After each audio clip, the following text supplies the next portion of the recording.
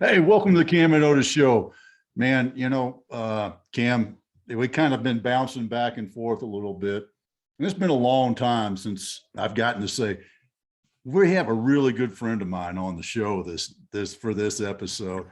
Travis Johnson, soon to be. He ain't a Navy vet yet, so we're not going to ask him any hard questions or controversial. He is on the short final. He is counting down. Nah, not quite counting down the minutes yet, but he's definitely counting down the days.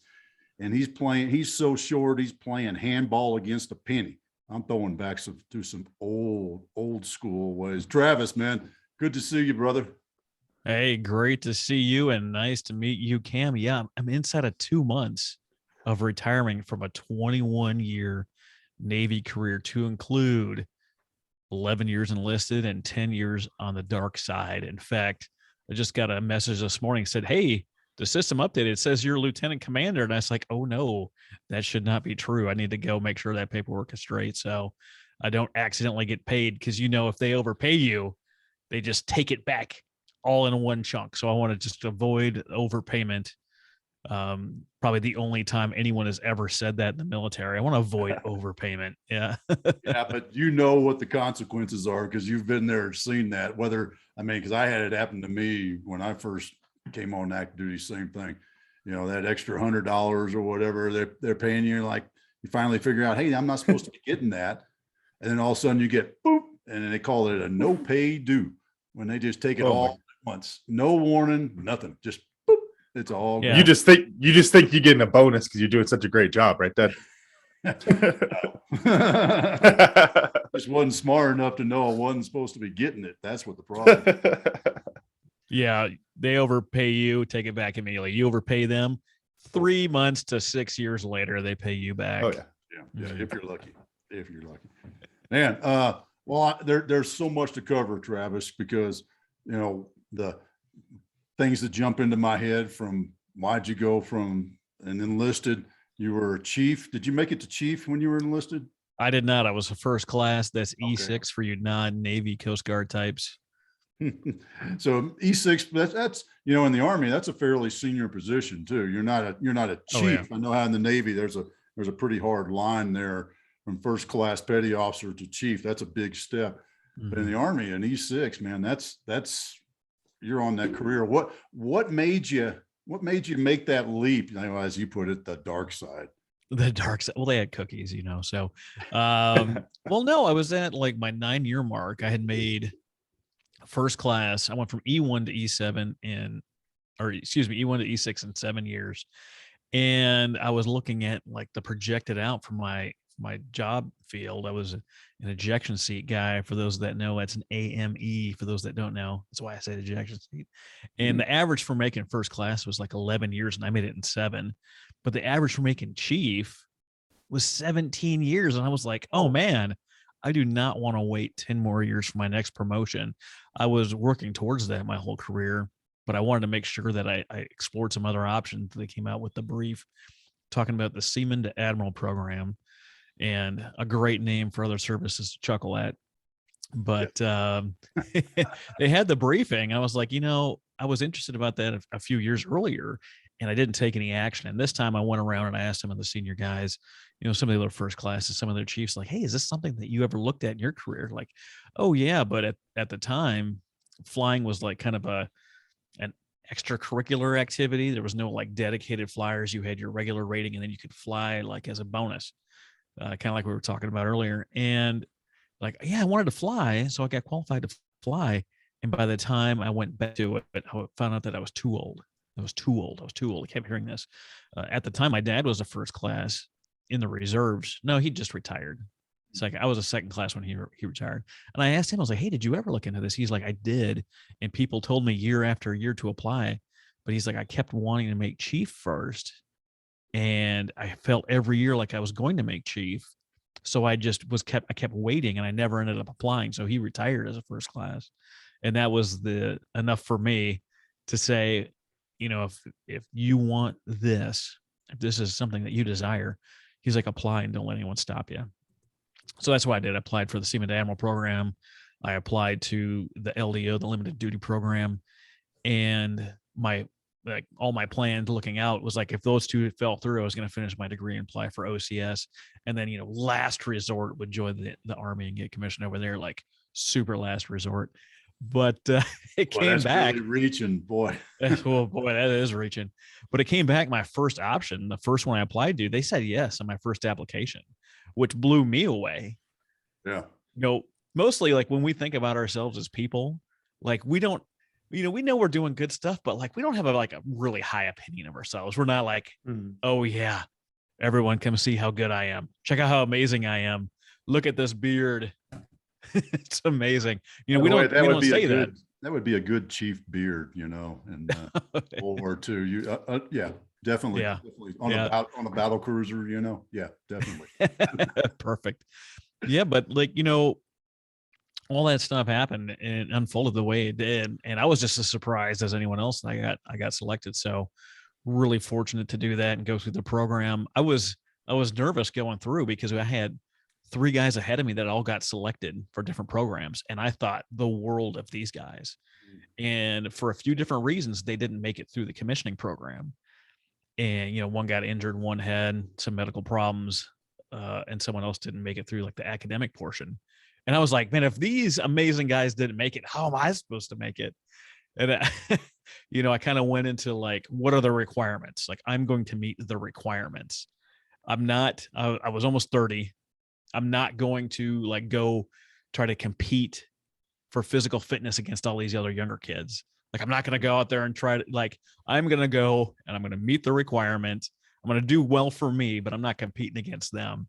That's how one of my friends got injured. And I'm like, I'm not going out there to run with these young guys. I know my requirements. I'm going to meet my requirements. I'm going to make it through the program. And did a 1.5 years in college, went through the commissioning program, went through a year of flight school, got my wings. If you're watching video, you can see the wings above my head. Can hardly make it, hardly believe that I made it through. So just exciting times. We talked. Career. Gosh, a little bit of a lag this morning. Sorry about that. Yeah, I was going to say, since apparently I'm going. We talk with a lot of people post transition, and we ask them, was the catalyst going through the transition? What were some advice you got, that type of thing? Well, you're looking forward a little bit. So, I guess the first easiest way to ask this is, how do you feel? Are you ready? You got 2 months left there, Travis.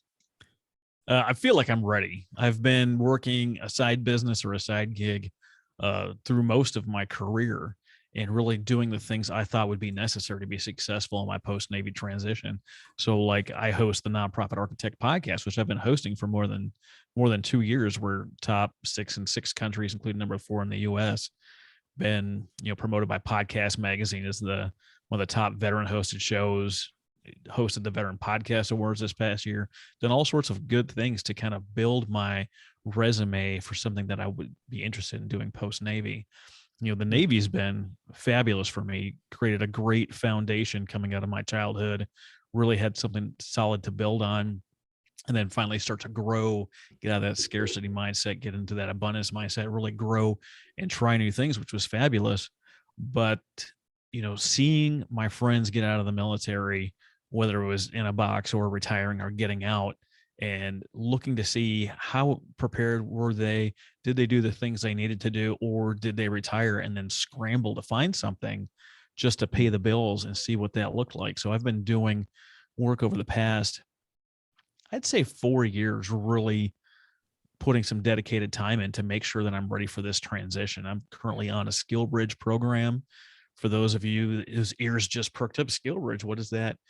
It allows transitioning military members to get their last 6 months as an intern in an industry they would like to transition into. I've spent 21 years in aviation, and I am not interested in doing aviation work at all.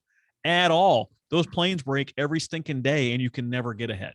Right? There's no way to get ahead on that stuff, and it's not as fulfilling as I would like it to be. So really have been working hard to transition into a new industry. I love that because, it just reminded me of something that I've talked about, with clients many times, and then, some other talks and things like that, but never really thought about it on the show, but it's the seasons of life. Mm-hmm. And I'm just kind of curious how damn it, Camden, there you go.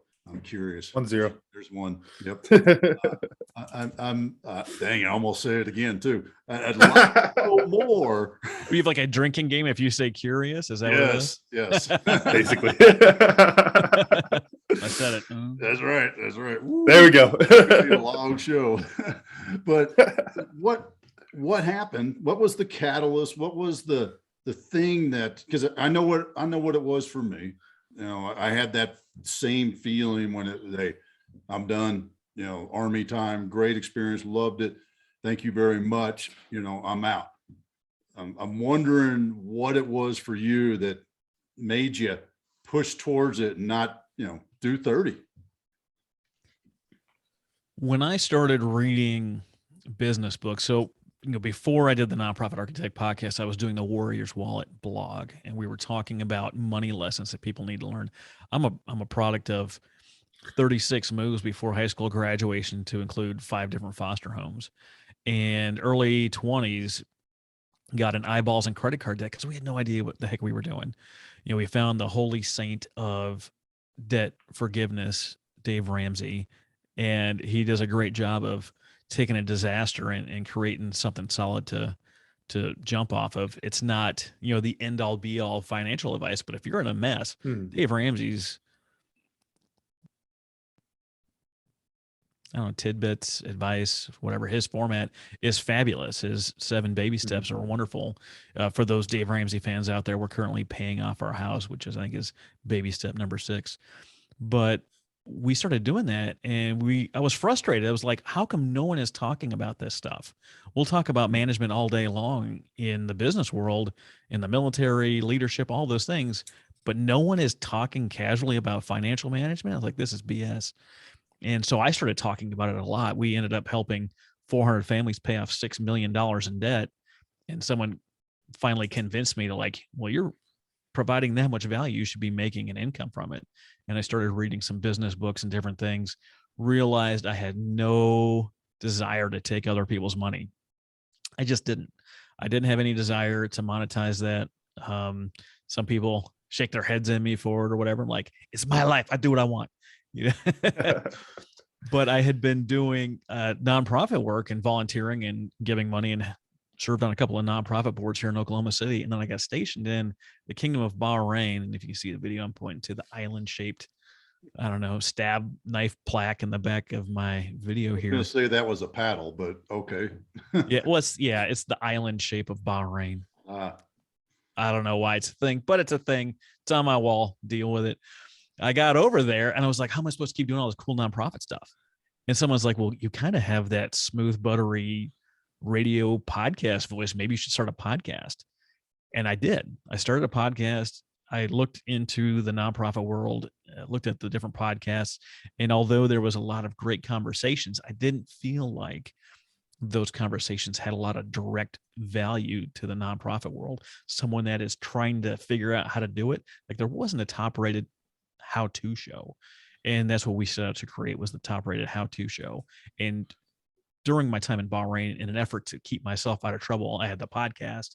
And then I read a book a week, a little bit more than a book a week, read 60 books out in Bahrain, and have continued to read voraciously since then. And every book I read gets me more excited. Everything that I implement gets me more excited. Every podcast interview I do gets me smarter. I learned something. It's like taking a private master class with the expert. You don't have to pay for it because they're a guest on your show. So you get to ask them whatever you want to ask them. So really, when I started learning those things that I didn't have from my childhood, things that a lot of military members aren't into business in general. There's some really good, there's some really solid guys out there that are doing business in the military, which is fantastic. I'm so glad they're doing that. But just noticing that my desire for the conversations changed. I was wanting to grow. I was wanting to do more. I was wanting to get more involved in business, which led me to the Bellwether Alliance and to meeting Otis. When that desire changed, I went from my focus being on my military career to what cool thing can I build and how can I monetize it? And when that desire changed, they were like, we're going to offer you Lieutenant Commander, field grade 04, and the promotion came through this week, and they were like, "Hey, I thought you submitted that letter to decline." And it's like, I did. So I did, some email gymnastics this morning and sent off that paperwork. But I looked at the promotion. It was like $800 a month promotion, but it was all these strings attached. Oh, are you going to make department head? If you do, you get to stay. If not, you have to leave again. And I've already moved 50 times, 50. And I'm like, man, I am not interested in that. I just made it home for my last year for my daughter. She graduated high school last year, but my son's in 8th grade. If I say yes to this promotion, now I'm going to go leave him again for the pursuit of what? I didn't have a desire to make command. And when they say, if you're an officer and you're not pushing for command, then you're probably shouldn't be in the military anymore. And I tend to agree with that. I don't know if that's true for everybody. I don't know if that's a steadfast, firm statement, but when my desires started changing, I couldn't honestly say I wanted to stay in the military anymore. Is that, I want to throw this out to both of you, because that immediately, I don't think I've heard anyone say that before. That immediately makes me think of something we've talked about before in the show, Dad, of, like the athlete who, once you think about retiring once, it's like, it's time to get out before you get hurt. Is it a similar type of thing to where you kind of like lose the step? Or is that where that phrase comes from? Or am I off on that? As far as the, being an officer, not looking for leadership positions. I think, well, it's kind of twofold, the board didn't select me for that leadership position. So I could have stayed in, another 3 or 4 years and got promoted again, and then stayed in another 3 years after that to get the time and grade. And I just kind of did I never did actual math, because we all know that's dangerous, but I did some mental math on that. And I was like, just like Travis just said, and my desire to serve had been fulfilled, and the sacrifices that I'd made and the family had made in those moves and deployments. And because that was part of my mental math, was how many more moves, how many more deployments, and is it worth that? And I decided, no. I mean, just kind of that same sort of thing. You look at the money, like, Travis, you said it was $800. I don't remember what it was for me, probably about that same, maybe a little bit more. And then you add in the extra years of time and all that stuff. It's a good chunk of change when you retire. Mm-hmm. But it goes back to that, if you're chasing money, you'll never be satisfied. And I realized never. Well, if you're in the military, you're not chasing money. You're not in the military to chase money. You're in the military for many, many other reasons, primarily to serve. And when you do that, when you realize that, yeah, I think I've done my time. I've served. I'm satisfied with what I've done. I feel like I've done a good job and given back and earned it. Then it's time to move on. I'll throw that to you, Travis. Yeah, I feel the same way. I've done my time. There was a point at 19 years when all my commitments were over, and there was something going on at the command with someone that I was on their, I don't know, naughty list, and like would not leave me alone. And it really drove a lot of mental health problems, a lot of chaos into my life. And I was at the point where I was like, look, I don't care. I'm going to switch over to the Air National Guard and finish out. Like, I do not want to be here anymore. And I did, had some phone calls, talked to my mentors, talked to my dad. Is this a PG rated show? No. You keep it family friendly? No, He was let like, it rip. Let it rip. He was like, you stay in and you make those fuckers pay. You make them pay you every month for the rest of your life. That was his, blow to the gut advice. I looked at the Air National Guard, which would have been fine. Would have been here in Oklahoma City. But they didn't pay you immediately upon retirement. And I was like, ugh. And I looked at, because of the program that I did, the NDAA, the National Defense Authorization Act, for my sliver, my group of people that got accepted to stay 21 time in college doesn't count towards retirement. So I had to do 20 plus that time that I was in college. Mm-hmm. All the people before us, it counted. All the people after us, it counted. But my little sliver of personal hell said you had to do over and above 20 for it to count. I'm the first one from that group to retire. and I'll be reporting back to that group whether or not I get 50% for 20 years, even though I've done 21, or if I get 52.5%. So we don't know if that time actually counts towards all the math. So I'd be the first one reporting, but I would have left immediately at 20, not only, conditions in the organization I was in, but you're spent. My focus was elsewhere. I'm so glad I did that time in Bahrain. That was like my biggest growth years of my life, was that time in Bahrain.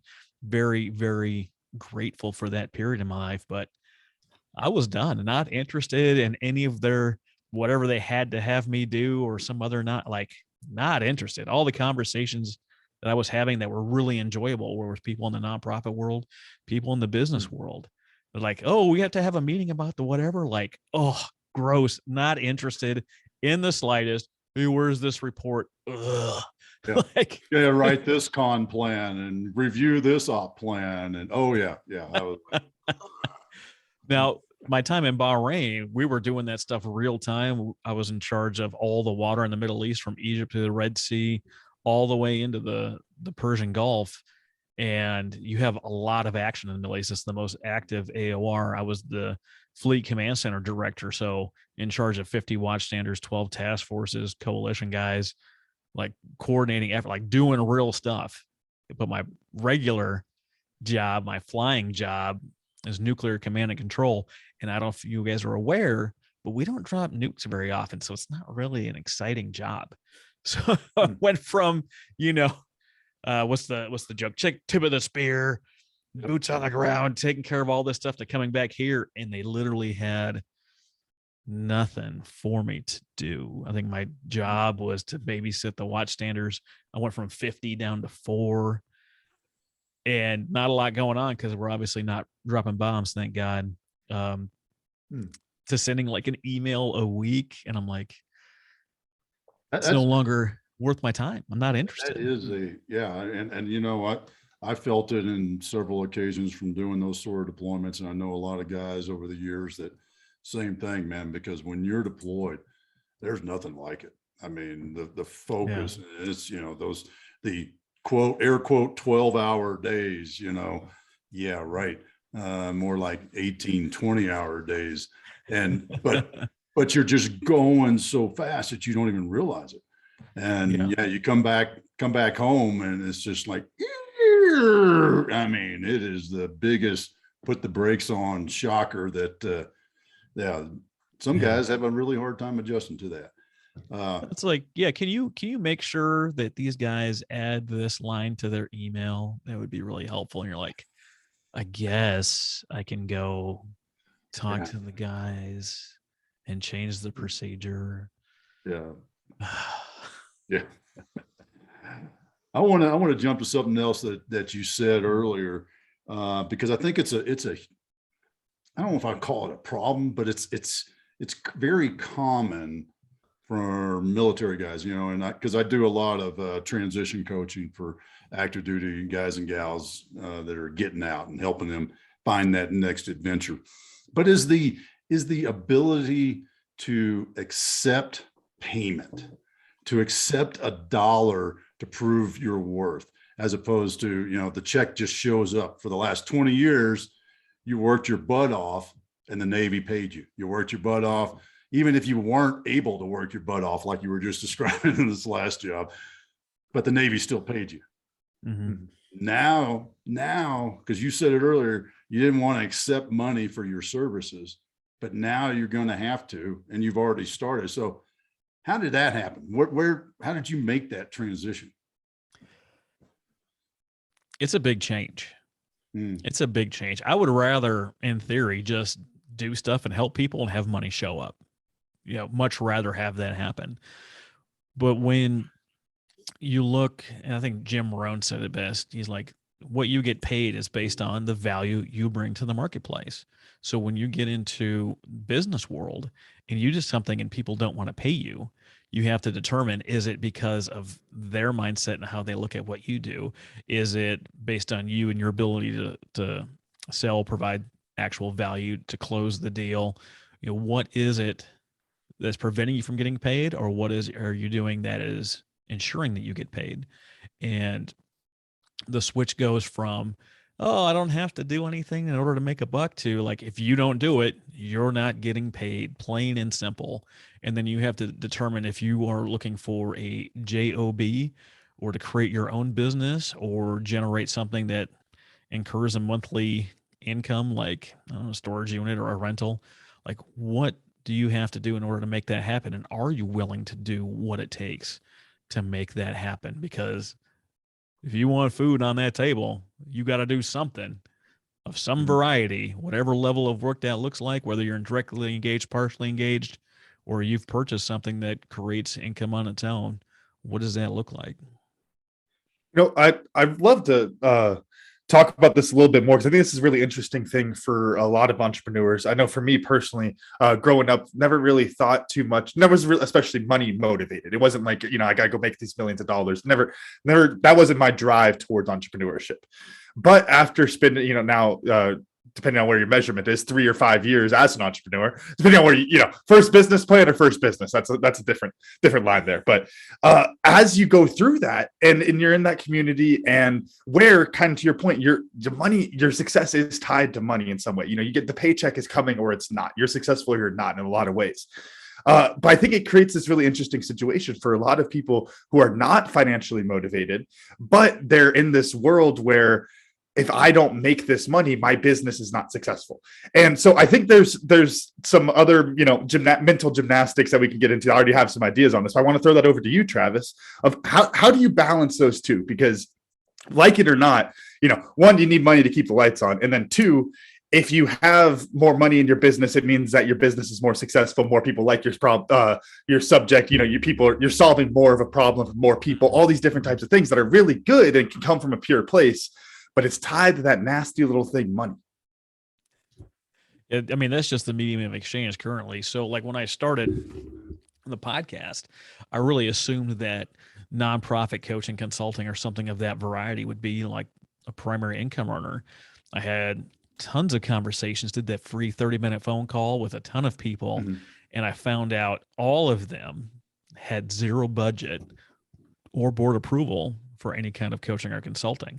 I was talking mainly to the startup community, which is fine, but there wasn't, that I found, a dollar amount that they could agree to that would be worth my time. I had one consulting client who was fantastic. She paid up front. We did amazing things for her business, but her nonprofit, but she was actually generating revenue already. She essentially ran it as a solo show, right, doing all the stuff herself, but she was generating serious cash already. What happens in the nonprofit world is there's a lot of scarcity mindset, saying that there's not enough. And you can see it between the way the scarcity or abundance really advertises. Is it the tin cup? Is it the sad song? Is it this pathetic looking human being or beat up dog? Or are they showing you the transformation, the change, the exciting music? Come be part of the victory. And you can see the difference between the two. But when dealing with a lot of nonprofits from the veteran point of view, and not all, there is a lot of good veteran nonprofits out there. So don't think I'm just bagging on veteran guys, but you go from the military, where you spend the vast majority of your time, 75% to 95% of the time, you are training. You are learning how to do the thing. You are working with the team, and you are learning about what it is that you're doing. And a lot of people start a nonprofit because they have a huge heart and they want to help and they want to give, but they have this problem with money. Like, I can't charge for my services. I was like, Delta Dental is a nonprofit. Their CEO made $22 million last year. They're charging for every single thing that they do. Up until 2005, the NFL was a nonprofit. You better believe they charge for everything they do. So why on earth do you think you can't charge money for whatever the thing is? And they're like, I don't know, but I don't feel like I can. I don't feel like I can take a salary. I was like, well, is it worth your time? Are you putting your time, energy, and effort into this? You should be taking a salary. And the same thing with, the Warriors wallet. I decided, because I couldn't take a salary and I didn't want their money, that I shouldn't be doing it. So I stopped doing it. But then I'm like, okay, well, what are you doing to learn about nonprofit stuff? Are you listening to the Nonprofit Architect podcast where we teach you no kidding, how to do the stuff to make it better? Like, no, I don't spend any time learning. I was like, okay, well, what do you do with your team, with your volunteers, your employees or whatever? Well, I don't really have a team. Did you forget every single lesson you learned in the military? I understand wanting to provide value, but you don't have to start your own organization to provide value, to provide impact, to make that thing happen. If you want to start one, you find a gap out there, great. But just like a business, you've got to have a plan. You've got to have a plan to monetize. You've got to have a plan to get recurring donors. You've got to have a plan to bring in income, because it takes money to make impact. That's just how it is. Whatever the medium is, currently dollars. All right. If you're in the US dollars, it takes that in order to make that impact. I'm not trying to discourage people from starting their own show, so please don't take it that way. But there's more than 53,000 veteran-based nonprofit organizations that are not working together. I'm assuming 52,000 of them aren't making any money. And if you are a person that is not retired, is not making a significant income, is not have that other income rolling in, you can't dedicate the time necessary to make an impact. And some of these are dealing with life and death situations. And when you're not generating that money, and it's not about money, but money's required, what does Zig Ziglar say? Like, it's not everything, but it rates reasonably close to oxygen. Yeah. It takes that money. And the biggest piece of that is you have to make it sustainable, because if it's not sustainable, if you're not generating an income from it. I talked to a guy that I couldn't talk to him until after 5 p.m. Eastern because he was at work, and that's fine. But he provided services to 40,000 plus veterans, but wasn't generating any income, which is fine. But how long before all that wears on him and he's got to stop providing services because it's not generating income? I talked to a guy doing fantastic things, taking veterans on hunting trips. Awesome. Dude works as a plumber 60 hours a week already. And then during hunting season, he's spending 60 plus hours over the weekend, all night long, all day long, driving, hunting to do that. Like, how long before he burns out and is unable to provide those services? I was like, have you trained anyone else to take other people on hunt? No, it's got to be me. Why has it got to be you? You Superman under there? You pull it out and you see the S. Does the sun give your Krypton body magical strength and powers for you to go fight crime? Like, why aren't you training your replacement? Why aren't you building up your team?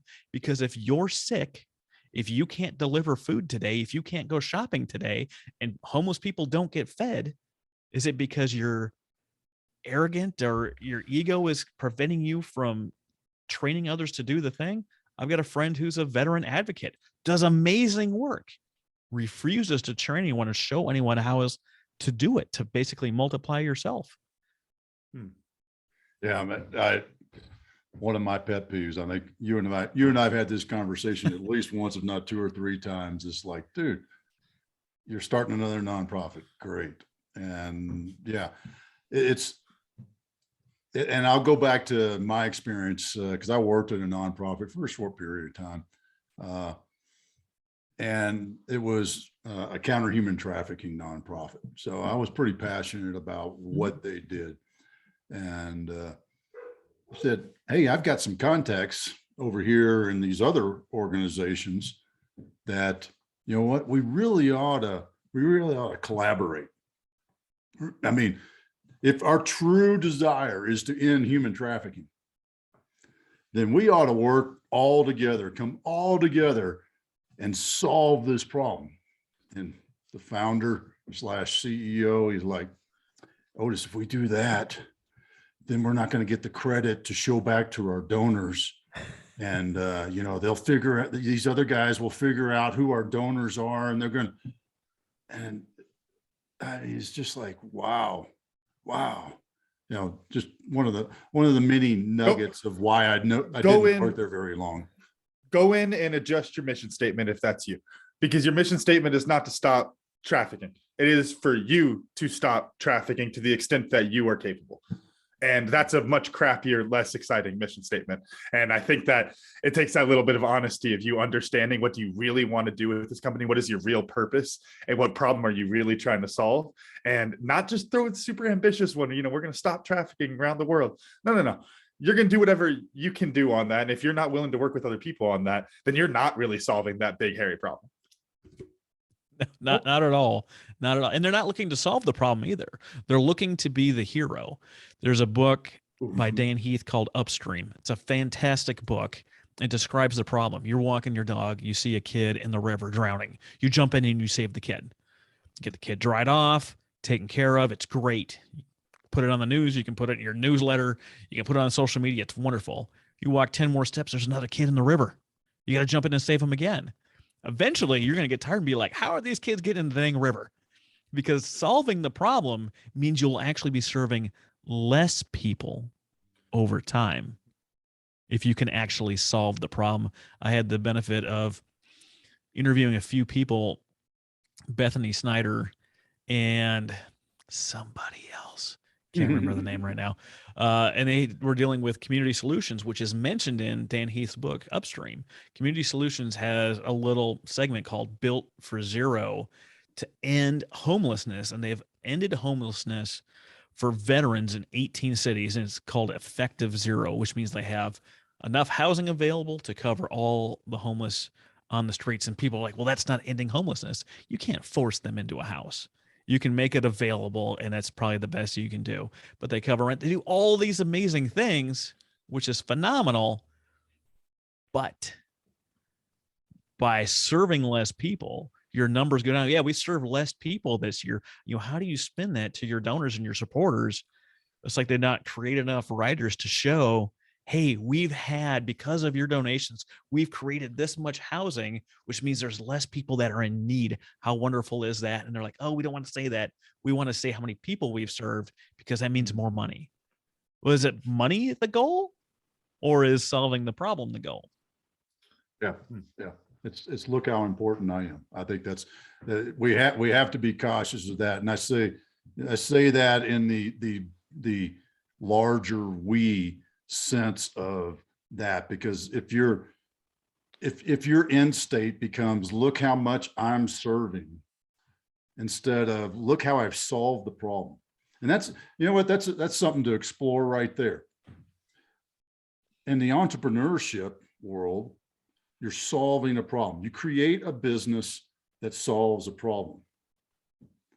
And I'm wondering, and this really goes to your experience with the nonprofits, because you talk with so many of them, Travis, are they really solving a problem, or are they just serving something, serving a problem, Well, let's take a look at the medical field, right? You go and you get a prescription because you've got a headache.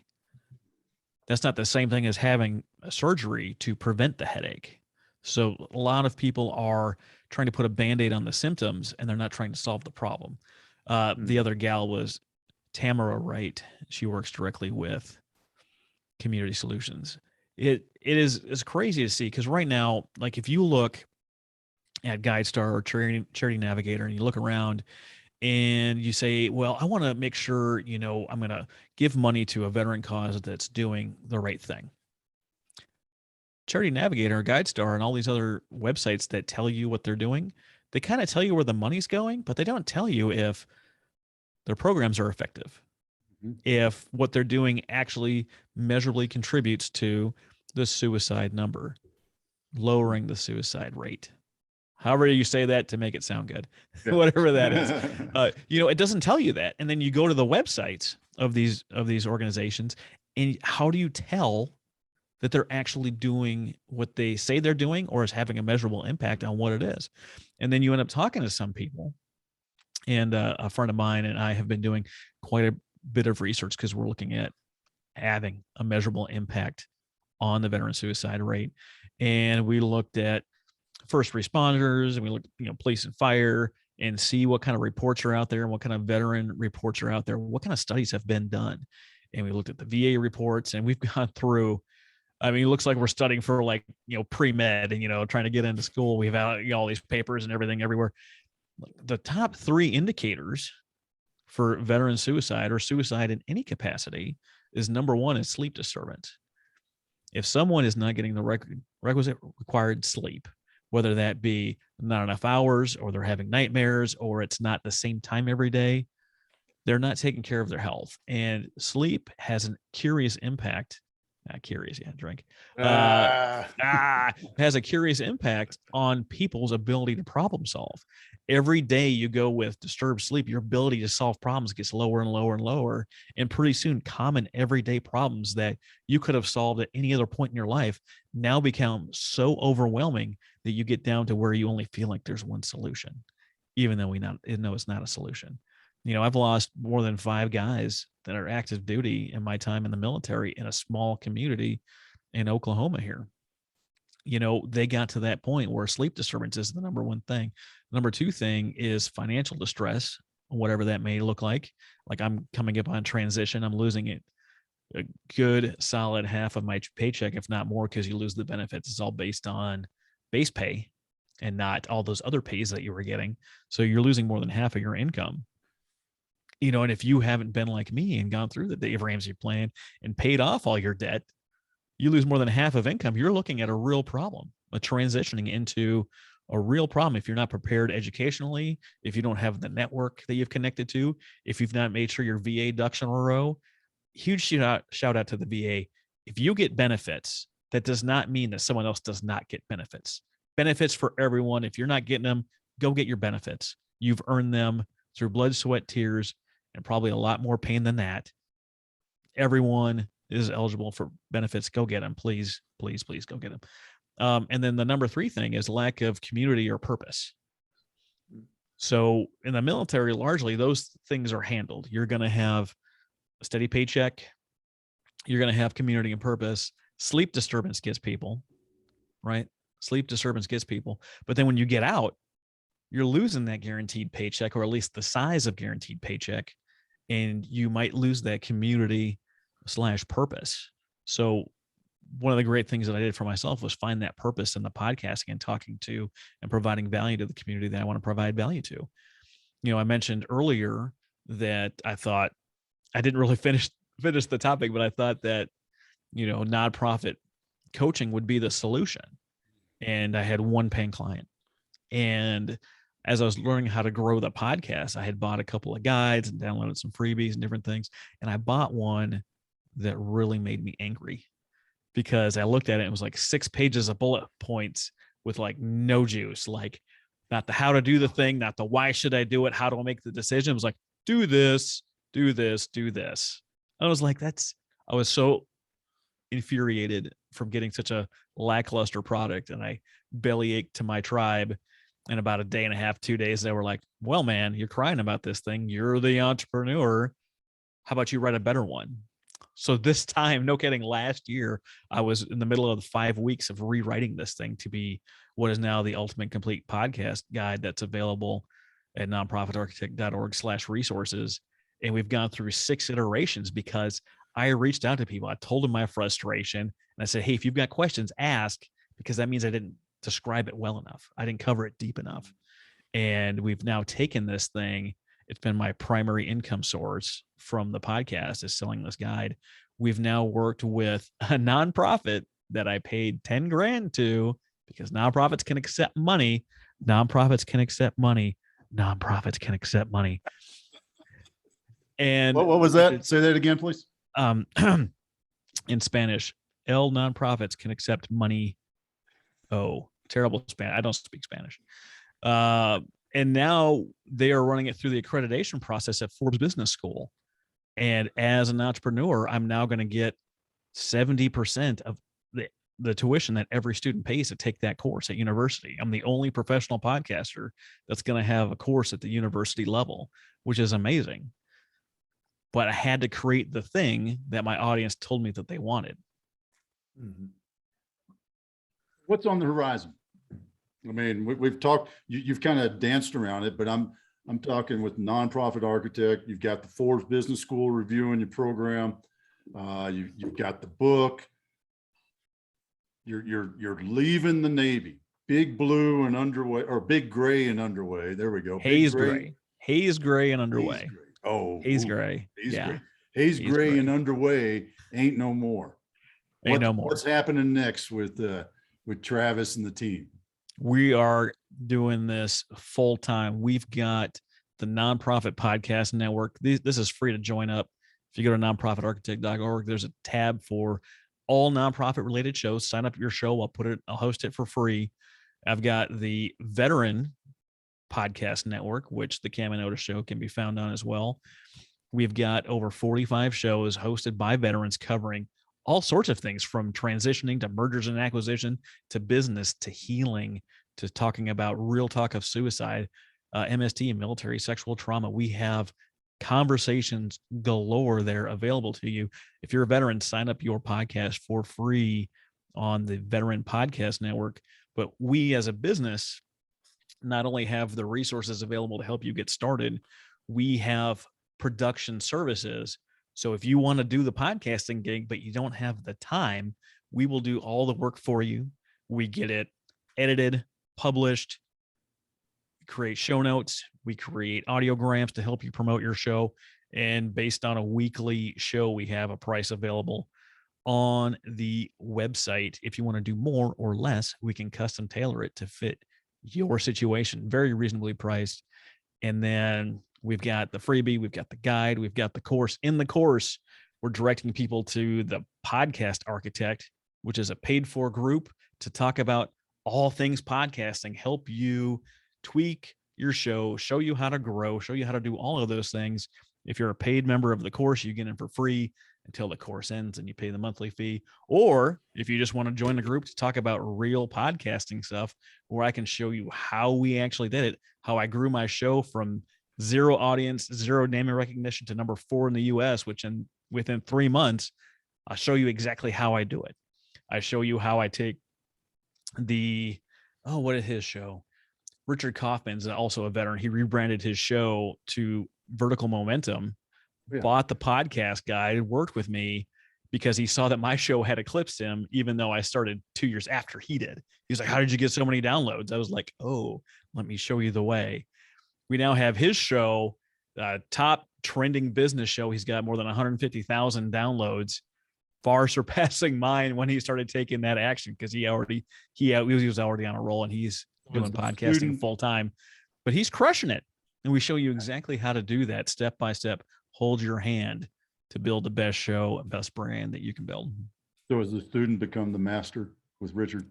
Student became the master. He's like, how the heck did you do that? And I showed him. He's like, got it, boss. I'm doing it. And he took off. Oh man, he took off crazy. He's that amazing kind of guy. I'm not surprised one bit. Yeah. He's like, oh, that? Okay, got it. Boom. I could see all the successful people I know ask the pros for advice. Figure out where you want to be, figure out who's doing it, and then say, hey, Travis, how do I do this? And then I'll tell you. And then you can be amazing like Otis and Cam. So what's business is growing, or soon to be? I guess right now, are you still solopreneur, or are you expanding into? I've got teams. I got a team that does all the production back end. We've got all the processes and procedures in place to run the back end of anyone's show. I've got a few interns out there. Young. I got a 16-year-old and an 18-year-old. My friend, my daughter's friend, and one of the other hosts, his son was learning how to do this stuff. So I gave him some tasks, trading them some of my knowledge for some of their tasks to get things done. So all of my audiograms and transcripts are done by my interns, and we're launching their shows. My one intern just launched his show this week. So excited. I heard it on Spotify. And then I said, hey man, do you have the rights to that music in your background? And he's like, no, I don't. So we got his show down. We're removing that track and putting in an open source music track to make sure that his show doesn't get taken down and he doesn't get sued, because we don't want that. But so excited to get his show out there and launched. And we're working on building the business for my other intern that does the transcripts, so he can create his own transcription service to help other podcasters, authors, people get their stuff written down so they don't have to do it. Because if you've ever done that on your own, man, it is time consuming. Let me tell you. I've opened up the opportunity or the app or whatever a couple of times and went, nah, No. There's some great tools out there like otter.ai. Like if I started doing like solo shows in between kind of my main shows. And when I'm recording, I'll hit that on and it does voice to text as I'm talking. You can definitely do that for free. My problem was I had over 100 published episodes. I'm like, oh man, how am I going to do this? If you pay for a month of Otter, you have your files, you download them all to Otter, and the downloaded file turns into text in just a few moments. So I put 120 shows in there for $14. Hit the button. It's not perfect, right? It's not, people are like, what did you say here? I said 501c3, and he's not in the nonprofit space. He's like 501, like what is that? He's 16, poor guy. He had no idea what 501c3 is. That's your IRS tax status for nonprofits, not to pay any taxes as long as it's related to your mission, which is why so many people have one. But we got, those bumps in the road smoothed out, and now he's pumping out great transcripts for me, and looking forward to start getting him paid. That's awesome. That's awesome. I love it when you have that organic growth. You saw the opportunity and it was growing, and it's like you probably had a couple of those evenings where it's like, I could do this, or I could find somebody to pull that for me and not have to worry about it. That's taking that next step. All those are out there. Nothing wrong with being a solopreneur, but you can't scale as a solopreneur. And if you have any desire to scale, create, help more people, serve more people, whatever your purpose is, you got to build a team in order to do it. So absolutely taking my own advice. I've been spending the last couple of days, I'm doing it through the next week, is finding those tools to help automate things. I'm on If This Then That, and I know there's Zapier and there's a few other ones that help you automate. If you are listening to this, you can go on Fiverr and find people that already know how to do those things, and you can pay them between $5 and $150 to set it up for you. I have never done my back end editing because I don't know what I'm doing. And that's A. B, I don't have the time. And C, I don't think that spending the time to learn how to do that is going to add value to my business when I have someone at a low rate that's capable that can do it. If you're out there and you're doing this on your own and you're thinking about building a team, I'm going to tell you right now, it sucks building your team, but it sucks even more continuing to do all that stuff you're on your own. I had my team and I just released, we'll release, what the heck day is it today? Tuesday? Yeah. I never know what day it is anymore. It's going to release tomorrow, Wednesday. I'm going to talk about leadership. And I have a little story in there where I talk about when I was building my team up and I was getting frustrated with what they were doing. And then I go back to like the leadership lessons that I learned. And I said, are they trained? Are they capable? Yeah, they're trained. They're capable. I was like, have I told them my expectations?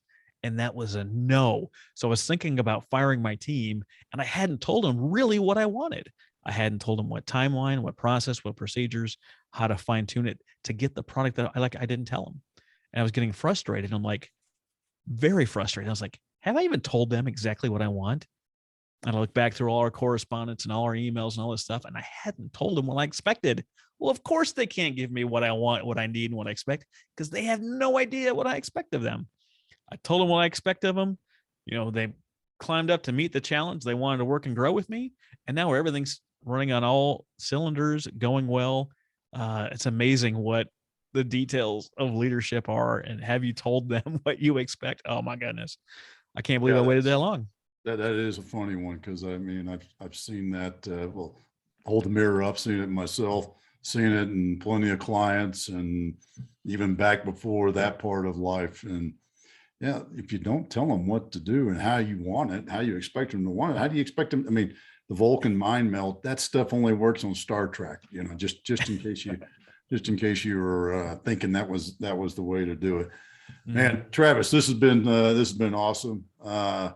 Appreciate your time. And you know what, as far as what'd you learn, Camden, I want you to go first. Set the standard on what you learned today. Oh, well, thank you for the honor. It's high bar. Oh yeah. No, what I learned is I love this, Travis. You said this a little bit ago. Are you solving the problem or are you playing hero? I think that's just such a great way of looking at the problem solving perspective for a nonprofit or for a business for that matter. You know, are you really looking to solve that problem or are you just trying to look like you're solving that problem? Well, for me, it was your Jim Rohn quote. I've heard it, I don't know, probably 100 times. But you know, the fact that you get paid for the value you provide, and if you didn't know that, you might want to look around and do a little self-evaluation, check yourself out, and realize, you know, that check you get once a month, every week, every 2 weeks, whatever it is. Look at that paycheck and see if there's any commas and numbers and stuff like that, and then realize that equates to what you've been doing. Somebody is paying you for the service, the product, the effort that you provide. So keep that in mind. Don't ever forget that. That's reality. Whether you're a nonprofit or a for-profit, that's reality. Travis, how about you? What'd you learn? I just learned, how valuable these conversations really are. As many as as much things as I do on the back end, as many other conversations as I have, when you really just hit record on a conversation like this, that can provide the catalyst for a whole new avenue in life. And I'm kind of, pushing the podcast button here. Like, hey, you should do podcasting. You into podcasting? I'm into podcasting. We should, but podcasting is not the only avenue, right? You've got YouTube, you've got podcasts, you've got blogs, you've got Facebook lives and going live on whatever. So whatever is going on in your world, in your head, whatever questions you have, record that stuff, create that content, even if you don't know what the heck you're talking about yet. And if you're nervous about getting on camera, trust me, I'm with you. Hide the Zoom, right? Hide the little feedback camera, put your whatever in front of it, turn off the monitor. Don't look at yourself looking at it. It's no big deal. But the more you go live, the more often you do it, the easier it gets. I know I have a voice for podcasting. I also have a face for podcasting. I get you. I understand. But the more that you put into something like this, the more you're going to get out. Listen to your audience. That's something I heard myself say that I hadn't applied in a while. What is my audience telling me that they want from me? My audience, even though they love the value I'm providing to nonprofits, they really want to learn how I podcast and how I'm doing so well at it. And what is it about what it is that I do that makes it so bingeable, so watchable, so needed in their life. Yeah, well, and I'll just second the whole thing about your face for podcasts. Yes, I'll validate that. Travis, how could folks get in touch with you, man? Number one way to get in touch with me, nonprofitarchitect.org, nonprofitarchitect.org. There's a contact page on there. There's links to my social media. All the stuff I do is there. If you search Nonprofit Architect on whatever the social is, I'm going to pop up because I'm literally everywhere. I'm behind you right now. Hey, man, it's been great. A lot of fun and really a lot of good information. Appreciate you spending time with us today. Camden. Hey, happy to be here. Thanks so much for having me on. And Camden, very nice to meet you. I don't care what your dad says about you. You're all right in my book. Oh, shucks. Thank you, Travis. You're going to make my day. Oh, shucks. That's a great way to round the show. Oh, yeah. All right. Well, thank you all for listening to today's show. Special thanks to our guest, Travis Johnson, for joining us today, and our sponsor, Tribe and Purpose. Find your tribe, find your purpose. You can check out recent episodes of The Cam and Otis Show on Spotify, Apple Podcasts, wherever you get your podcasts, and check out a full archive at thecamandotisshow.buzzsprout.com. The Cam and Otis Show is on Facebook, Instagram, and Twitter. Thanks again, and we'll see y'all next week.